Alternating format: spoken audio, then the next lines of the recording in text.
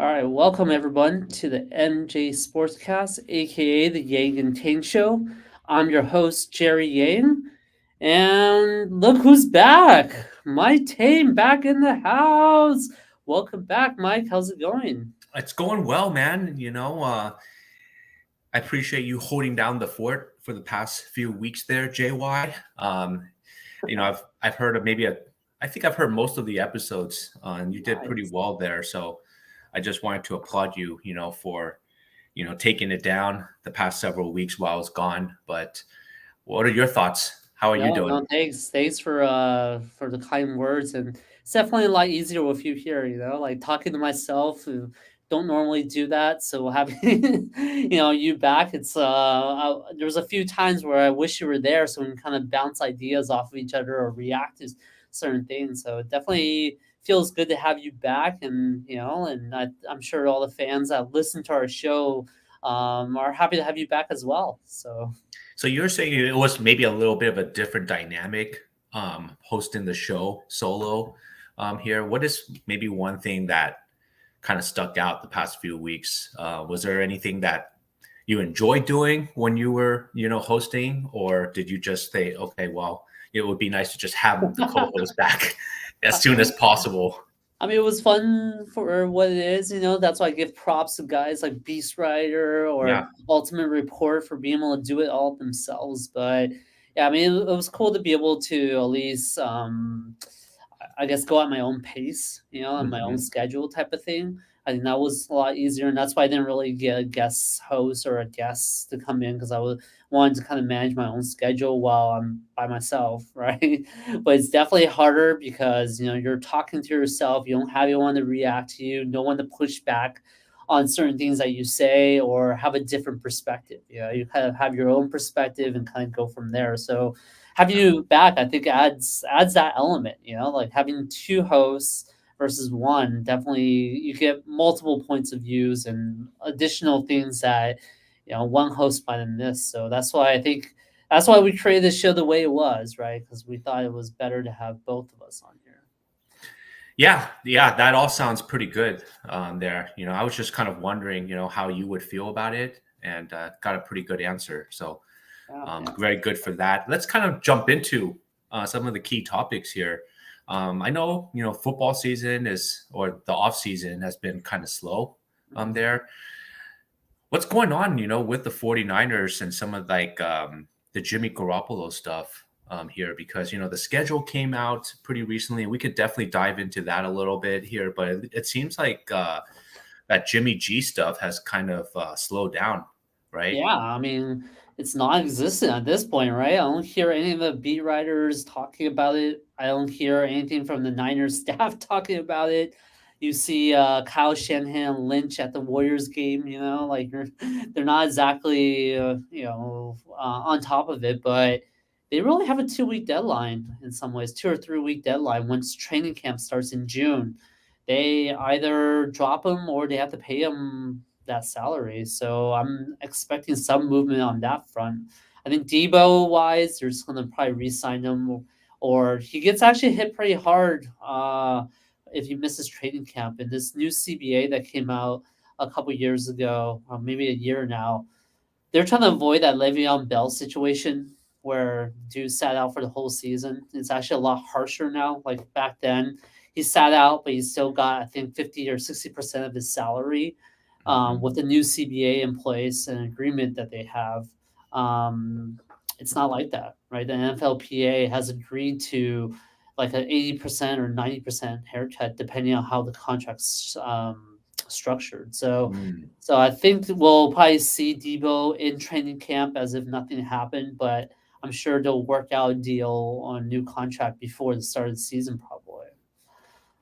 So you think it could be done, prior to the season, just because of all, I, the financials that can be lost for the player here? yeah, yeah, I think they kind of have to, like I think it's in both sides' interest to get something done, like if they really wanted to cut him or trade him, they would have done it before the draft because that's when you have the most leverage in terms of finding a replacement. You try to replace someone in the draft or get a player plus draft picks. But now that the draft is over and rookies are with their teams, you're not going to trade for a rookie, because you don't know what that player's going to do.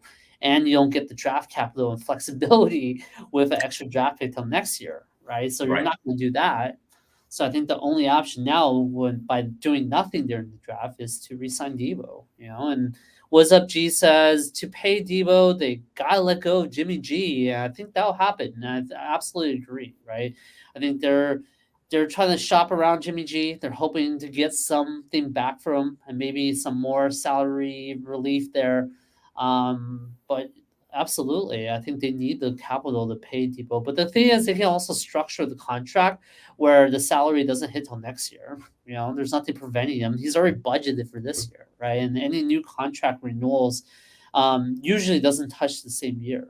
So, but we'll Hmm. see. Definitely a driver, though, right? Yeah.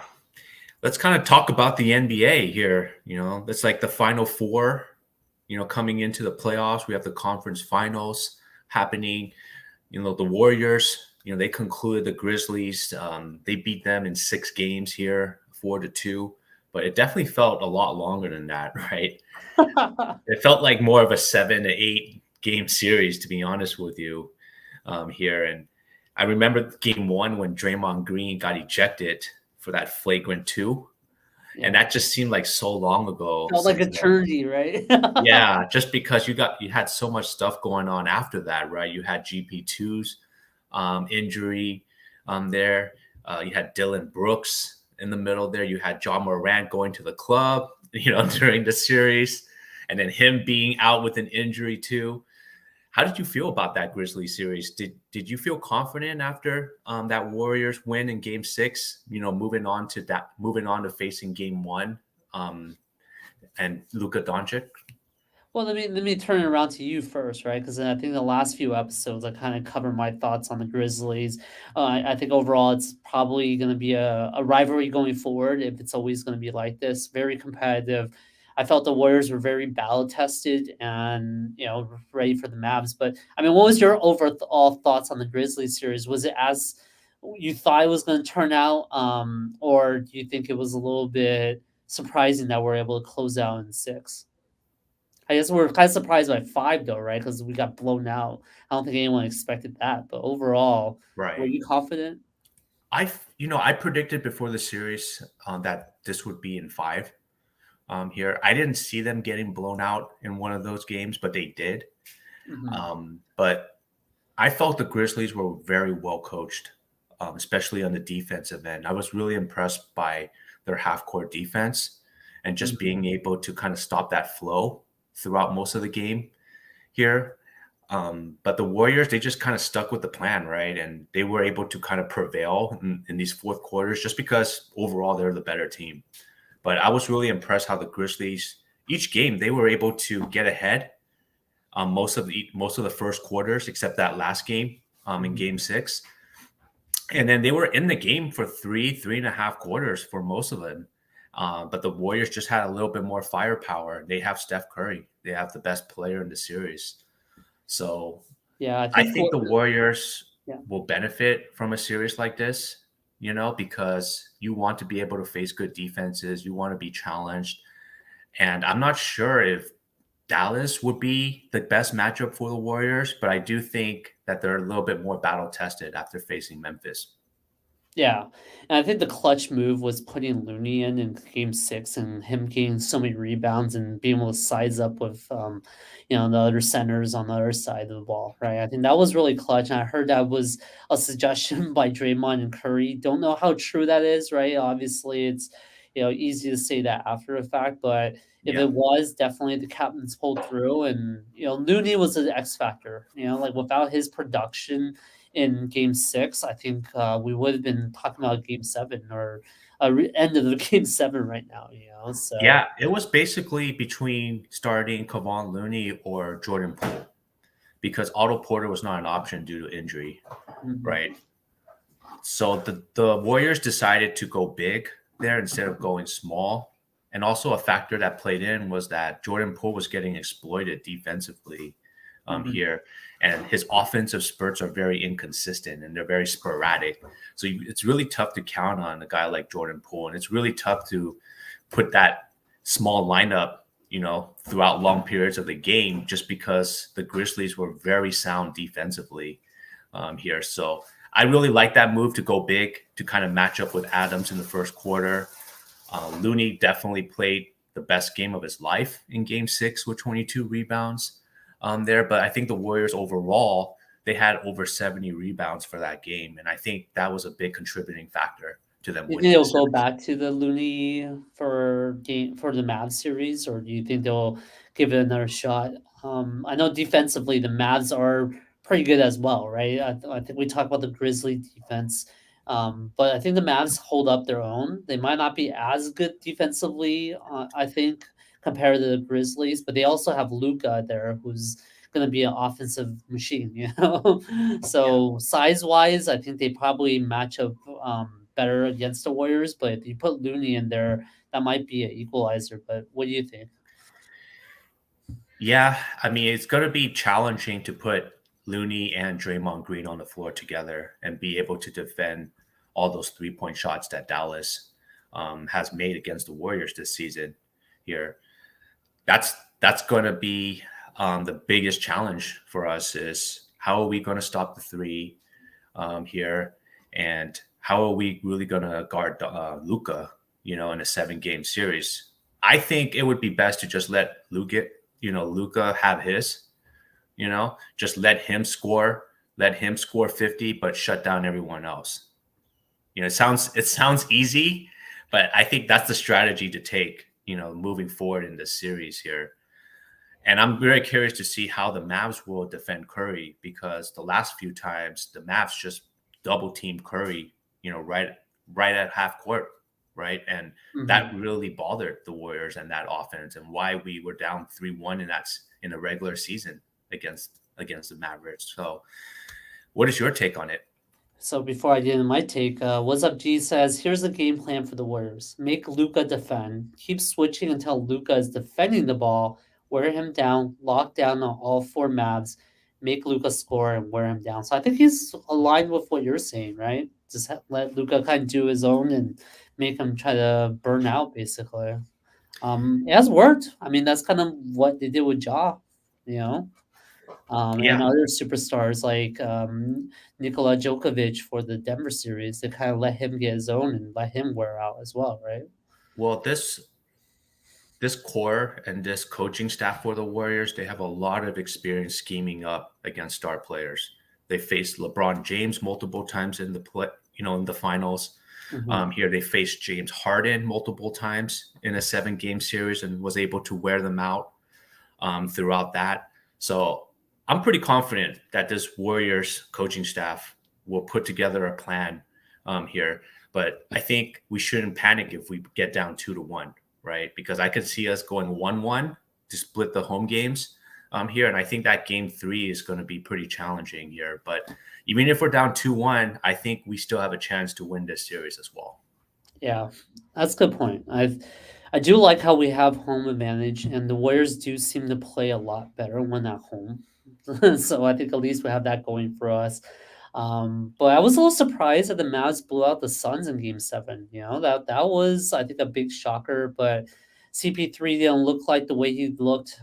Maybe he's hiding an injury, but the Mavs are a force to be reckoned with, and it's kind of cool that this is the first time we're going to play them in the playoffs since the We Believe era as well. So that's kind of a shout out or callback, But I agree with you on the strategy. I think we definitely have an edge in some ways, and Vegas agrees overall. Where's our favorite to win the championship actually out of all four teams? So they're definitely put them up there after the Suns got eliminated. They did pick the Suns and the Warriors before this last round of playoffs, right during the divisional round. But now I think they put the Warriors on top, which is pretty amazing considering how we started the year. Yeah, I'm looking at the rest of the teams left, right? We have the Heat and the Celtics. So I think whoever yeah, the thing is, like, if Dallas comes through out of the West, I think the East will be able to have a fighting chance to win the finals. But I think if the Warriors come out of it, the Warriors would definitely be favored against those Eastern Conference teams. here. I was really concerned about the Bucks, honestly, with Giannis, but they just didn't have enough offensive firepower, at the Mm, end of that series, especially losing out on Middleton mm. in that series. That really hurt them here. So it's going to be very interesting to watch. What is I guess when you watch the Suns and that Mavericks Game 7 series here, what what did you get or what did you take away from the Mavs, coming into the Warriors Game 1? You know what it shows me though, or what it felt like really, was actually kind of like the Cardinals football team, right? Where Kyler didn't show up, and then the Rams had all the momentum after that game and have all the confidence. I feel like the Mavs are bringing that to the series. I'm not saying they're going to sleep on the Warriors or anything like that, but they're going to come ready. They're probably also battle tested, having gone through a 7 game series, but I do agree with you in the end, though. The Warriors do have more experience in terms of coaching, um, and so we'll have to see how that pans out. And the Celtics did lose to the Heat as well yesterday, right, where they didn't show up in the third quarter. So I would be more worried if we do move on and it's the Celtics, but too early to say, I guess. And what's up, G says without Horford and Smart, the Heat won't win the series. Okay, or could win the series. I guess that's what you meant, right? Yeah, looks like Horford and Smart are out for the beginning, Hmm. of this series here. Maybe they will return, but I think it might be a long series for them as Hmm. well. Maybe 7, maybe 6 Yep. here. But what did you think of Patrick Beverly's comments about Chris Paul? So it was a wine and steak night when it comes to Chris Paul, but then with Steph Curry sleeping at 8 p.m., huh? I just thought it was really disrespectful, man. Like for a role player to kind of, come out this strong against someone like CP3, who's like a veteran player, of multiple teams, and probably deserves a championship at some point. Um, I think Patrick Beverly, being an analyst, he's just kind of just saying things to get attention. To be honest with you, I think it was a very immature comment, and I don't know. Like, I know he's trying to pump up the Warriors and all that stuff, and I should be happy him saying that, but at the same time, I'm kind of looking at him like, what the hell, man? Yeah, Break the it's a code, right? very dirty type of move, right? Where you're kicking someone while they're down Yeah, already. And it doesn't help also where your team got eliminated in the first round that's what I'm saying too. here. And then you're kind of coming onto ESPN and you're just like, Running your mouth. running your mouth basically, right? And maybe he wants to have a career in broadcasting or whatever it is after his playing days. But there's sometimes, there's these unwritten rules, right? Where Mhm. you just don't really do that kind of stuff, especially in a brotherhood like the NBA. So I was just kind of surprised that he did come out. He must have some sort of, past beef with CP3 for him to kind of go out of his way to do this. That's why I said broke the code, right? Because it's a kind of an unwritten code that he's breaking there. But Yeah, I'm yeah, looking at the schedule for the Western Conference Finals here as we're recording this on Wednesday. We have game 1 tonight here, but looking at it the rest of the way, there's only, one day off in between games, and you kind of have like a Warriors team who's a lot older than the Mavs here. Do you think it's going to have a little bit of an impact, having little rest for this uh, series? we had less games to play last series, right? And I think in some ways the Warriors thrive a lot more with little rest because it kind of keeps the momentum going. So I'm actually not too worried about the schedule itself. The schedule I'm looking at is pretty interesting when they kind of talk about the uniform schedule. They're going with the black jerseys tonight, and then the 2 white jerseys for next 2 games. The blue jersey on game 4, back to the black jersey at home in game 5, and then Mm-hmm. the white and the blue jersey. I mean, there's so many jersey changes, aren't you? Like, what do you think of that situation? That I have no opinion about that. It's really tough, but I guess, they want to kind of sell off the merchandise here. That's a perfect way to do it, right? Is throughout the playoffs. I prefer, the the home white unis and having it uniform, for the road too. What do they usually wear? The blue ones? The Yeah, the blue, blue yeah. ones with the Golden Gate Bridge on there. But um, what did you like? Do you like those blue alternate jerseys with the red and gold? No. Yeah, It doesn't even look like the Warriors, right? It looks like some other team, like some video game. I do like the black and gold though. I think that alternate jersey should have been the only alternate jersey they had. Like when I first saw that blue and red and gold, I and they painted the floor that way as well. I thought it was a different team. Like, is that the Warriors or is that the Clippers play? Like I was a little confused by that at first, but I'm kind of glad they're not going with that scheme at least. Did you like it? I didn't like it at first, but it's slowly growing on me, to be honest with you. Here, I'm not Is that saying the that they should principle? really wear it next year, but I I can bear with it, right? When they have it on, it's kind of similar to those City Connects that the Giants wear. That's what I was about to say. Is it the new City Connect jersey for you? No, I think the City Connects are way more cool than those alternate blue Warriors jerseys. We still have to get that fanny pack, man, to match. The So fanny pack the fanny pack day is coming up, I think, right? Is it this true. weekend or next weekend? I think Where so. I think it's this weekend. So yeah, yeah. not too late to go to the game, Mike. So What do you think is so who do you think is going to come out from the Eastern Conference? Do you think it's going to be the Celtics or do you think it's going to be the Heat? The Heat have an advantage, right? 1-0. yeah, that's what I was about to say. I'm thinking the Heat will pull it off. They have the advantage in terms of I think home court, experienced coach. Their stars not hurt like the Celtics losing Smart and Horford in the beginning. So, but never underestimate the Celtics, right? I think they took out the Bucks for a reason. So Yeah. it's gonna be a tough one, but I think that series is really intriguing for sure. So, but I'll take if I had to put money on it, I would say I'll put my money on the Heat, right? I always like the experienced coach out there. So, Yeah, I like the healthier team too and Jimmy Butler is playing out of his mind, hmm in the playoffs here, so I think I'll pick the Heat too. Probably in 6. I think 6 games would be pretty good prediction. What do you think of the 49ers schedule here? I wasn't able to really dissect, each game and predict, what the record will be here, but just kind of giving it an eyeball test. I think the first 6 weeks we should be able to win some games, right? Because you have at Chicago week 1. They still have Justin Fields as a hmm quarterback, and we're not really sure how the Bears will do, moving forward. And then you have Seattle, I think, is kind of rebuilding in a sense, right, without Russell Wilson.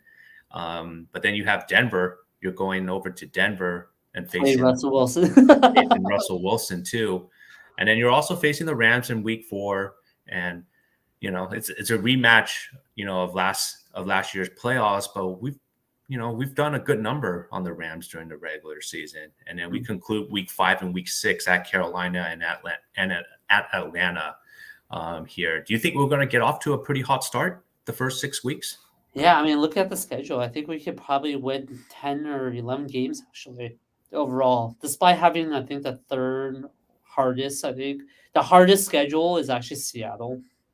And I think for the NFC West overall, we have a pretty tough schedule because we're also playing the AFC West. And Yeah, the AFC West got a lot better, right? Like every team got better.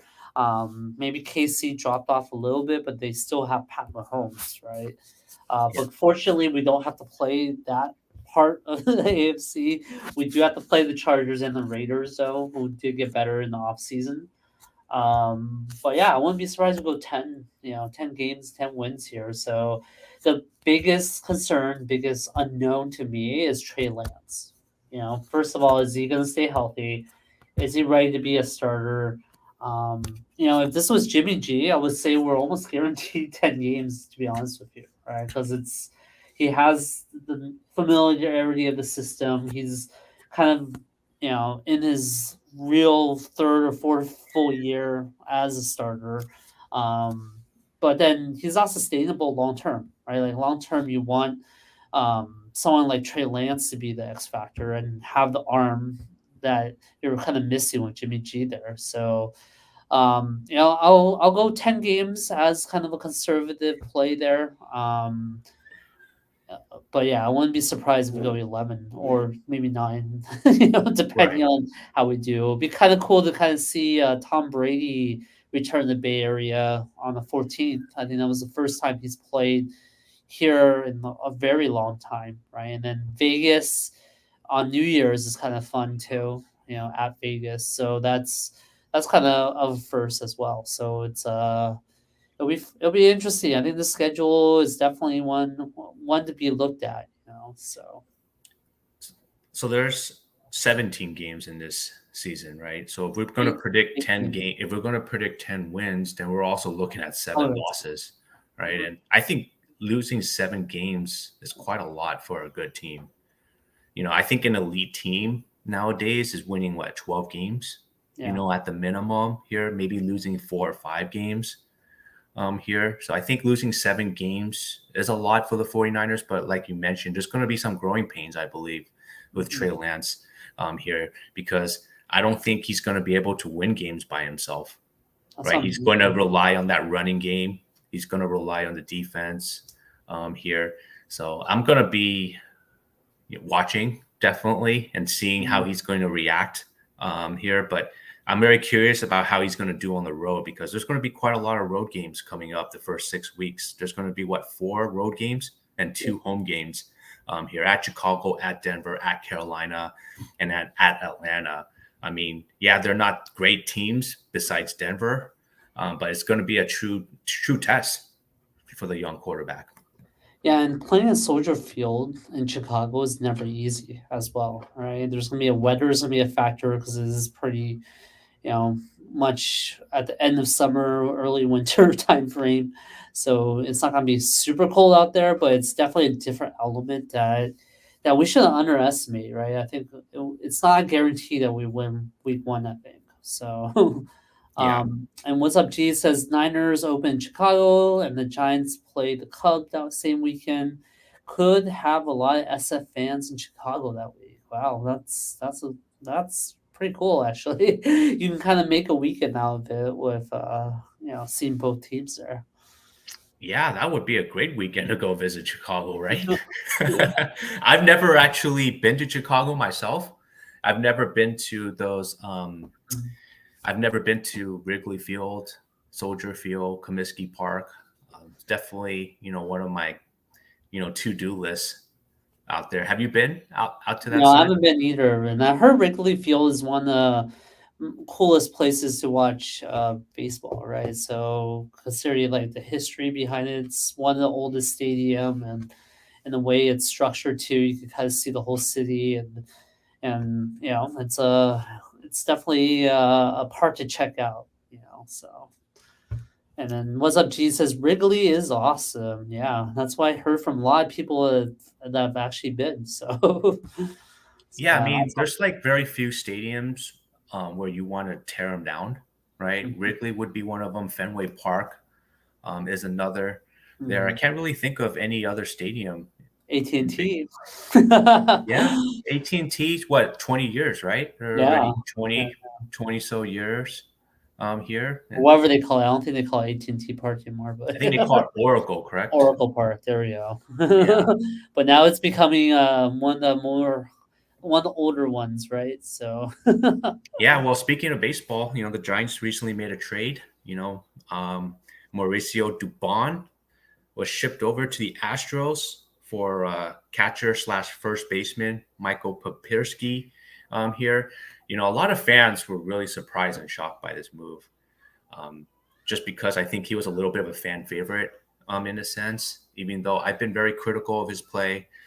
He's made a lot of mistakes, notably on the base paths here, and that may have contributed to him being shipped out of the organization here. But did you like the trade?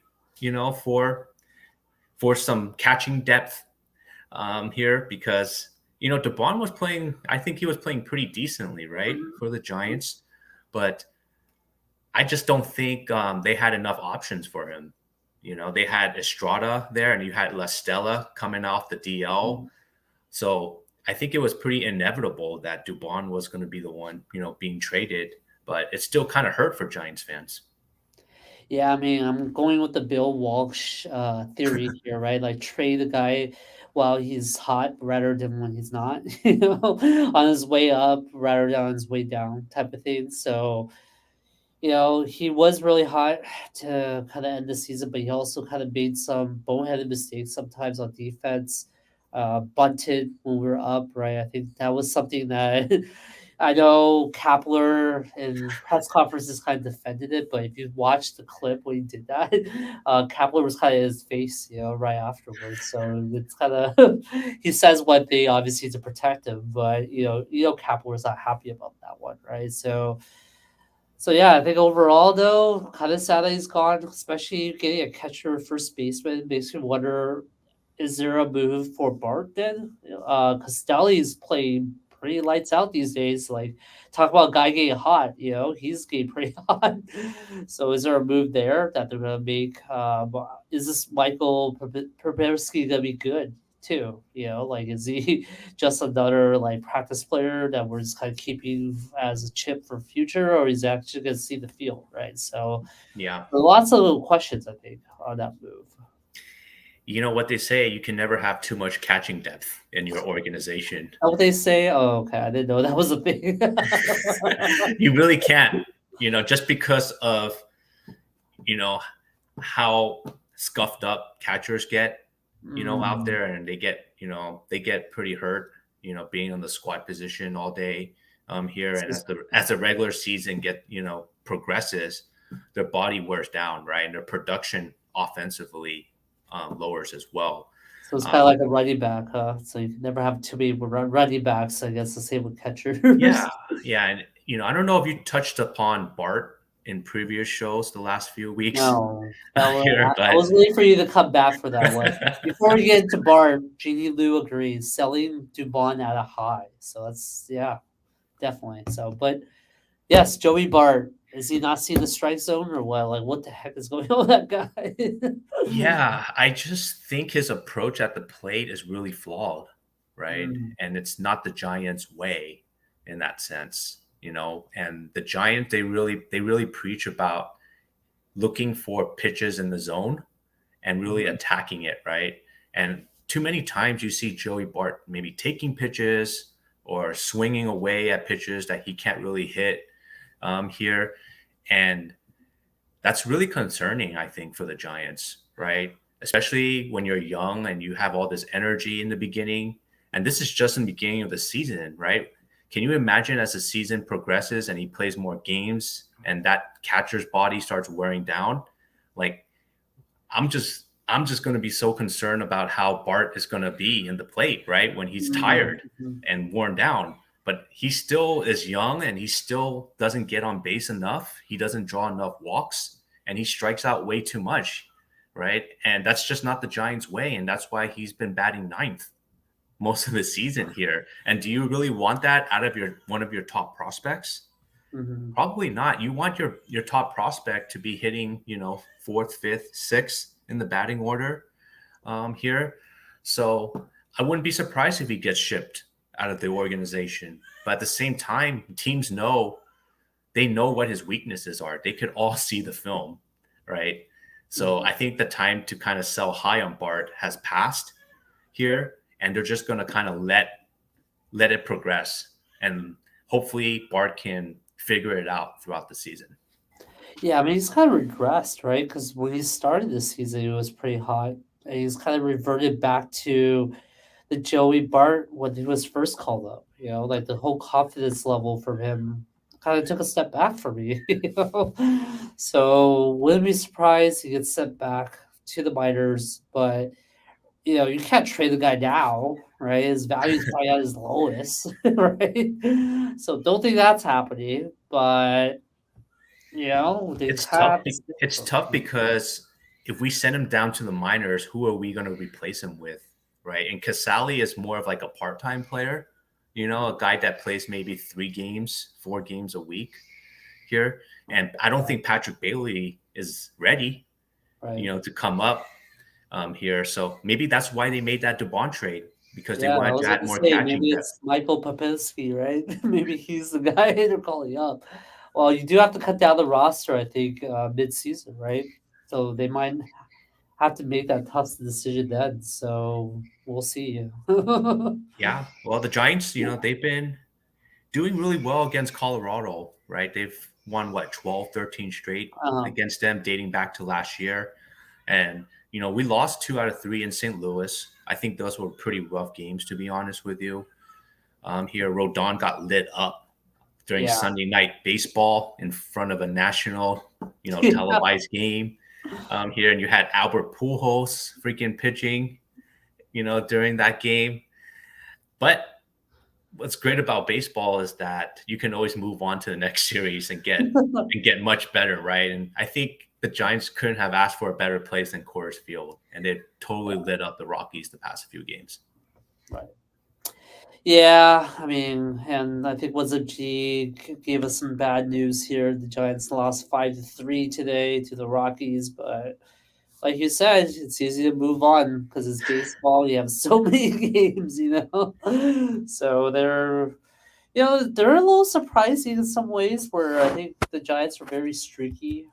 Where they start hot, they get hot, but then they also cold. They stay cold for a while. So it's a little bit of an up and down thing for them.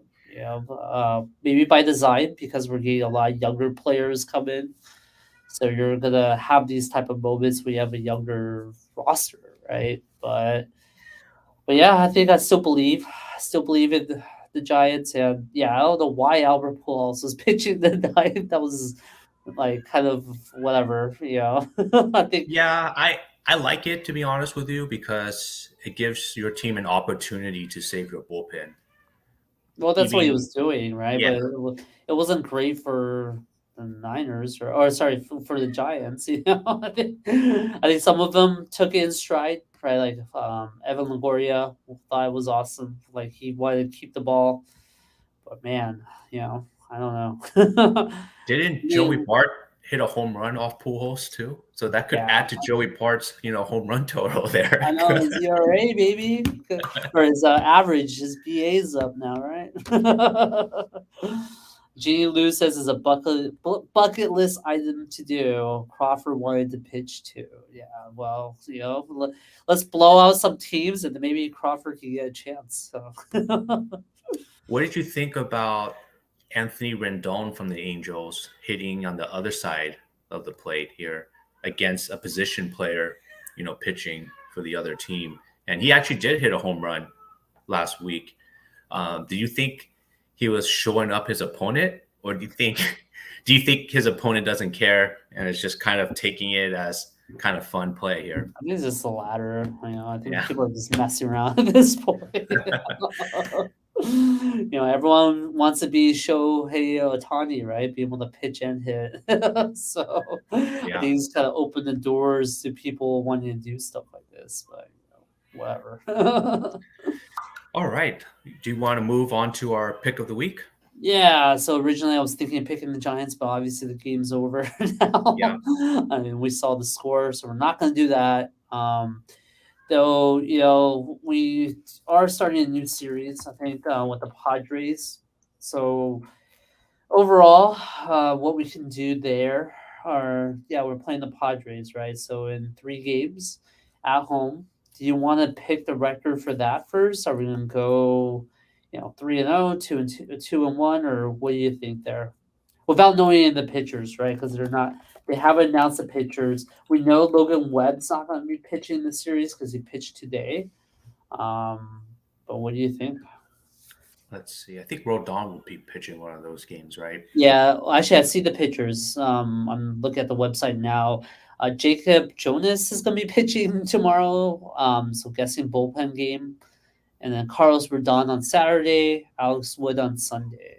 So, what do you think? Yeah, I would say 2 out of 3, to be honest with you.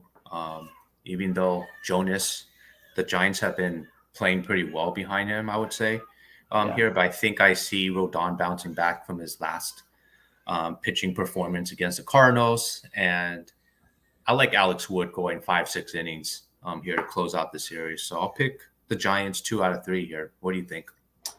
Yeah, so I think Rodon has to redeem himself. I'm gonna be optimistic and say that's a win there, especially at home. He has to make up for that embarrassing loss there in St. Louis. So Rodon win. Alex Wood, like you said, top guy. I think he's gonna win as well. God, that Jacob game. Jacob Jonas game. I do like how it's at home. Kind of play with it, but it is the Padres as well. They're kind of matching our record. They're just 23-13. We're 22-15. Wins wise, we're pretty close. Let's. Yeah, I'll go 2-1. I think 2-1 sounds about right. I actually wouldn't be surprised if we go 1-2. Mainly, we just don't know what Rodon's gonna bring. He started really hot.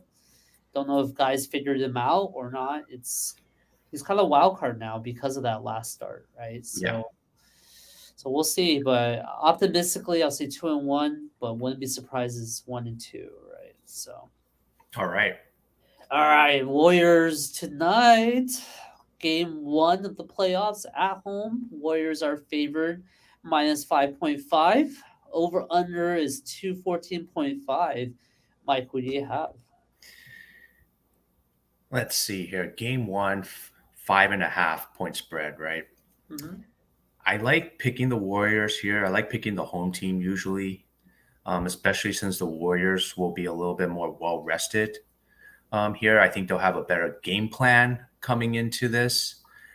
And I just don't see Dallas being able to play out of their minds, just like how they did against the Sun the past 4 games here. So I'm going to pick the Warriors here. I think that, damn, that 5.5 point spread is pretty close, but I'm going to pick the under.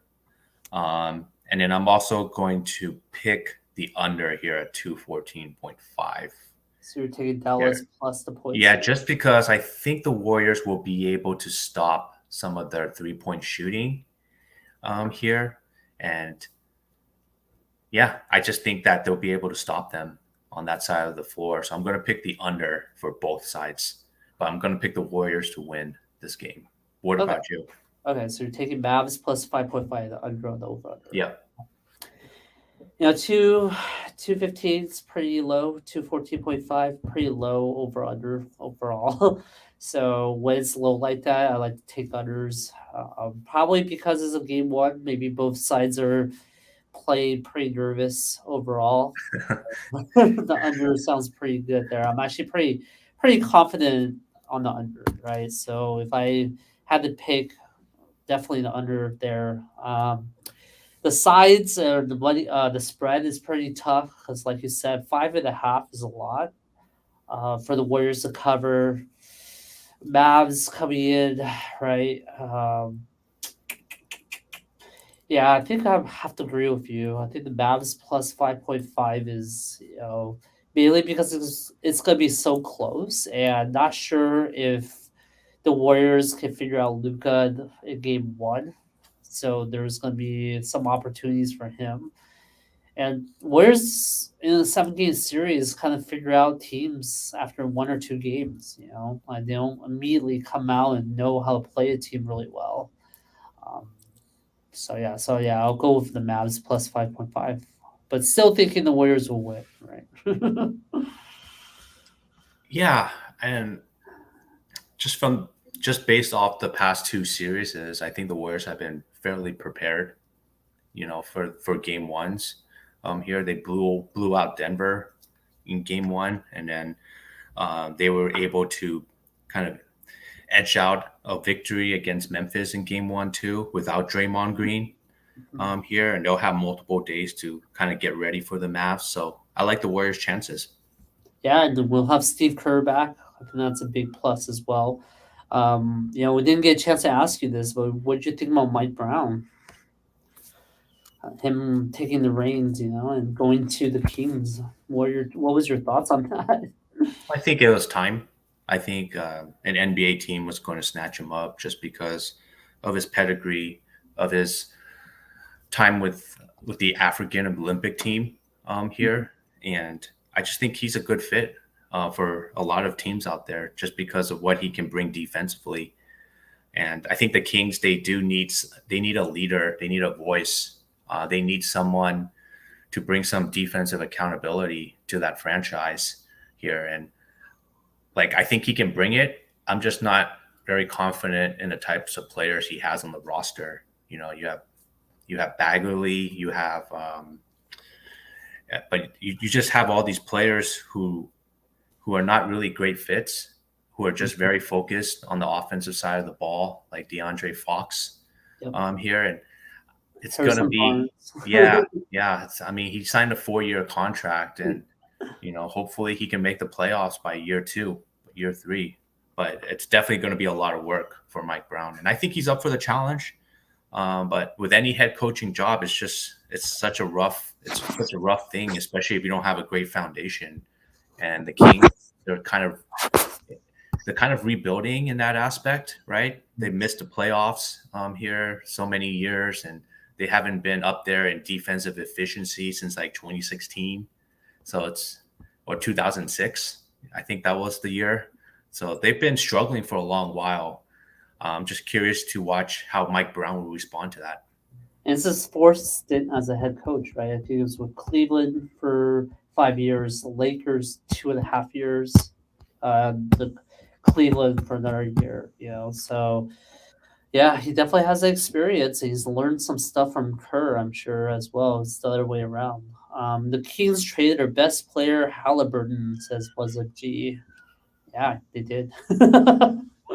It's tough being a Kings fan, right? Because like you had that era with Chris Webber and Mike Bibby. Then after that, not much has happened in Kingsland, right? Yeah. So, it takes a lot, I think, to turn that franchise around. Luke Walton couldn't do it. Let's see if Mike Brown can do it, right? At least Luke Walton was a kind of a new coach, but Mike Brown has experience now, so hopefully you can take that with him. Yeah. All right. All right. Well, that concludes this week's episode here. Shout out to GD Lou and What's Up G, our two biggest fans here. Thanks for tuning into the live stream. Subscribe to YouTube as well. We're trying to build that channel out. Podcast, leave us some 5-star review. That'd be awesome. Hit the like button. Yeah, I think that's all the promos. All right. Welcome back, Mike. Everyone's glad to have you back here. So yeah. All right, guys. Well, thanks everyone for tuning in. We'll see you next week. Take care.